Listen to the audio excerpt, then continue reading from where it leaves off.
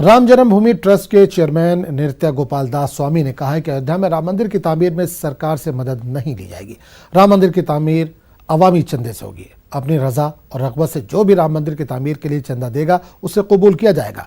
नृत्य गोपाल दास ने यह भी कहा कि राम मंदिर का संग बुनियाद रखने के लिए पीएम मोदी को दावत दी गई है।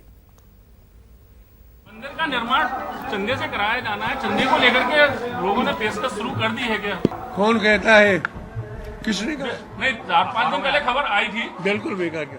अच्छा, चंदे का ऐसा कोई वो नहीं है कि केवल चंदे से? बिल्कुल चंदा बंदा की बात ही नहीं। कहाँ से, मतलब क्या सरकार से फंड लेंगे या ट्रस्ट? हम कैसे हैं? भगवान के नाम पर अपने आप ही जो देगा स्वीकार किया जाएगा। राम जन्मभूमि के नाम पर कोई चंदा नहीं होगा, कभी नहीं होगा। नहीं, वो तो बजट कहाँ से आएगा? भगवान सब देंगे।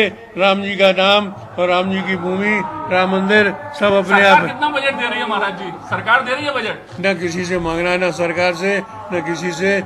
केवल जनता के प्रेम निष्ठा के द्वारा मंदिर का निर्माण होगा।